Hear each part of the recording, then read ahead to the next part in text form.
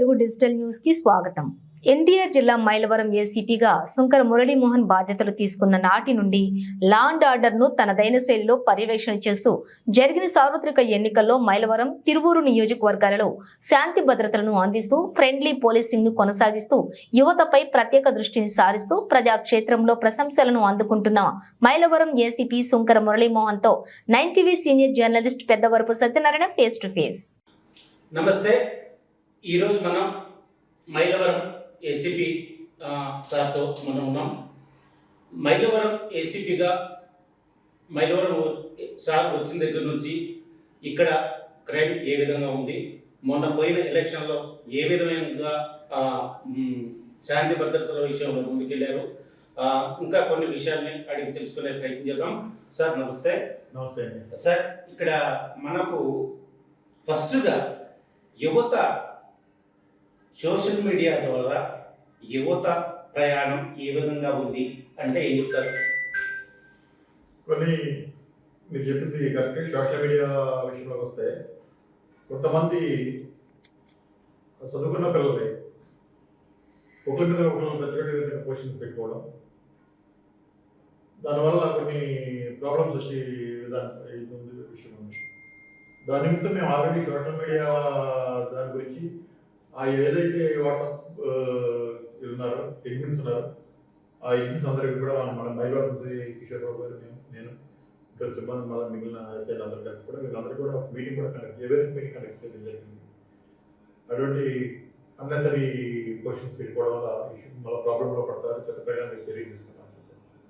కొంతవరకు కంట్రోల్ అనుకుంటారు వాచ్ చేస్తున్నాం. సోషల్ మీడియా ప్రభావం ద్వారానే ఎక్కువగా ఈ రాజకీయ విద్వేషాలు వస్తున్నాయి అనే మాట ప్రజల నుంచి వస్తున్నమాట. దీనికి మీరేం చెప్తారు సార్? అందుకనే కదా అవేర్నెస్ మీటింగ్ పెట్టాం. అలాగే అటువంటి క్వశ్చన్స్ పెట్టుకోవడం వల్ల వాళ్ళకి జరిగిన నష్టాలు కూడా వివరించడం జరిగింది. చట్ట ప్రకారం వాళ్ళ మీద కఠిన చర్య తీసుకోవడం చెప్పడం జరిగింది. అటువంటి వ్యక్తుల మీద 2-3 కేసులు కూడా రిజిస్టర్ చేయడం జరిగింది. ఈ సోషల్ మీడియా వ్యవహారంలో మీడియాకి సోషల్ మీడియాకి ఉన్న వ్యత్యాసం ఏ విధంగా ఉంటుందంటారు? అంటే మీడియా అంటే ఆల్రెడీ జర్నలిజంలో దాంట్లో కొద్ది ప్రావీణ్యం ఉన్న వాళ్ళు ఉంటారు కాబట్టి వాళ్ళ విషయంలో ఎంతవరకు ఏదైనా ఒక విషయాన్ని ఎంతవరకు పబ్లిక్ ఫాలో చేయాలి, ఏదైనా ప్రాబ్లం. సోషల్ మీడియా విషయంలో ఇది ఆగ్రహితంగా ఉంది. ఎవరికి వాళ్ళు ఒక యూట్యూబ్ ఛానల్ పెట్టేసుకుని వచ్చినట్టు క్వశ్చన్స్ పెట్టుకోవడం, దాని మీద మాత్రం నిరంతరం నిఘా ఉంది. విజయవాడ నుంచి కూడా మా సిపి గారు వాళ్ళు కూడా టీమ్ సోషల్ మీడియా వాచ్ చేస్తూ ఉంటారు. దాని మీద యాక్షన్ తీసుకోవడం. ఇప్పుడు ఇదే విషయానికి వచ్చి మనం మొదటి నుంచి కూడా ఈ యువత గురించే ఇంటర్వ్యూ దిగినాయి. అయితే ఈ యువత ఇప్పుడున్న పరిస్థితుల్లో నెంబర్ ప్లేట్లు కానివ్వండి, మరి ఈ విషయానికి వచ్చేవరకు నెంబర్ ప్లేట్లు పక్కన పెట్టేసేస్తున్నారు. వాడు సొంతంగా కొటేషన్లు పెట్టుకొని పలానా వారి తాలూకా సిద్ధం ఇటువంటి పెట్టి అవా మెయింటైన్ చేస్తారా? దీనివల్ల లాండ్ ఆర్డర్కి ఏమైనా ఇబ్బంది ఉంటుందంటారా? లాండ్ ఆర్డర్ అది కాదు, కానీ అటువంటి వల్ల ఏదైనా ఇన్సిడెంట్ జరిగితే మనకి అది చట్ట ప్రకారం నేరం అలా చేయకూడదు. నెంబర్ ప్లేట్ మాత్రం ఏదైతే ప్రిస్క్రైబ్ నెంబర్ ప్లేట్ ఉందో అది యూజ్ చేయాలి. ఇటువంటి రకరకాలు పెట్టుకోవడం వల్ల గొడవ జరిగే ప్రమాదం పడదు. అయినప్పుడు కూడా ఎప్పుడెప్పుడు విజిబుల్ పోలీసింగ్లోని అలాగే ఇటువంటి వాటి మీద పట్టుకోవడం, వాళ్ళు ఫైన్ వేయడం, చట్ట ప్రకారం చర్యలు తీసుకుంటున్నాం. సార్, ఇంకో విషయానికి వచ్చేవరకు మీరు ఫ్రెండ్లీ పోలీసింగ్ అనేది నడుస్తుందా అంటే ఏం చెప్తారు సార్? ఖచ్చితంగా నడుస్తుందండి. ఫ్రెండ్లీ పోలీసింగ్ నడుస్తుంది. అవేర్నెస్ మీటింగ్స్ కండక్ట్ చేస్తున్నాం. అలాగే మా ఎస్ఐస్ మేము కూడా తిరుగు సర్కిల్లో కానీ మైలవరం సర్కిల్లో కానీ నైట్ హాల్లో కూడా ఎలక్షన్ సందర్భంగా మేము విలేజ్ డిస్ట్రిక్ట్లో భాగంగా నైట్ హాల్ చేసి నైట్ మీటింగ్స్ కండక్ట్ చేయడం కూడా జరిగింది. ఎవరు ఏదైనా విద్వేషాలకి వెళ్ళొద్దు. పొద్దున ఏదైనా కేసులు అయిన వాళ్ళు అయితే మాత్రం వాళ్ళ ఫ్యామిలీ మెంబర్స్ కూడా చదువుకున్న పిల్లలు కూడా పొద్దున జాబ్ వచ్చే విషయంలో కూడా ఎస్బీఐ వీటిలో కూడా ప్రాబ్లం వస్తుందని మైండ్గా జరిగింది.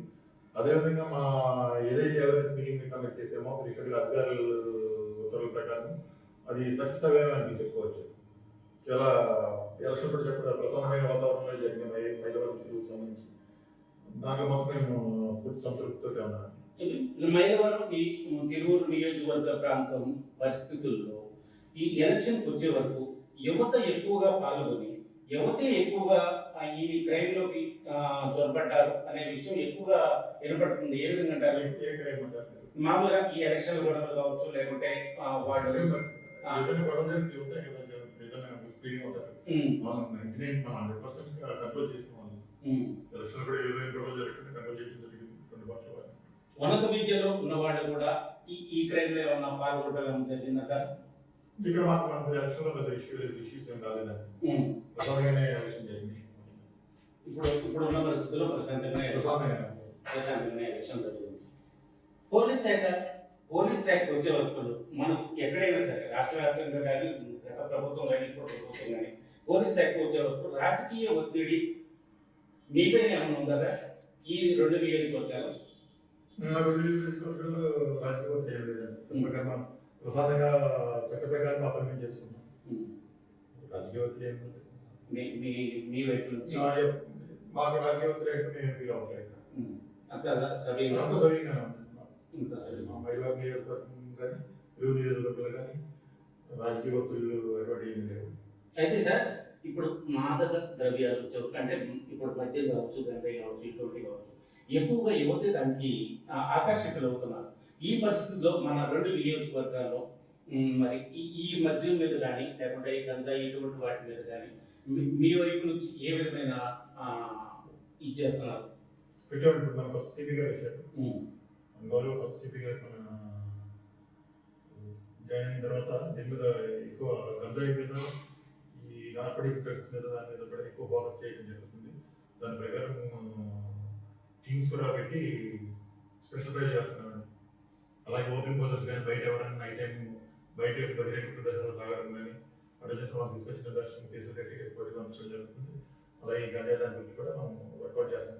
రీసెంట్గా మీకు ఐడియా ఇప్పుడు 2 కేసులు గంజా పట్టుకుని ఒక 6 మెంబర్స్ మీద అరెస్ట్ చేసి పంపించడం జరిగింది. దాంట్లో కొంతమంది గంజా తాగేవాళ్ళు ఐడెంటిఫై చేయడం జరిగింది. ప్రతి కాలేజెస్లో కూడా అవేర్నెస్ మీటింగ్స్ కూడా ప్లాన్ చేసి కండక్ట్ చేస్తున్నప్పుడు జరుగుతున్నాయి.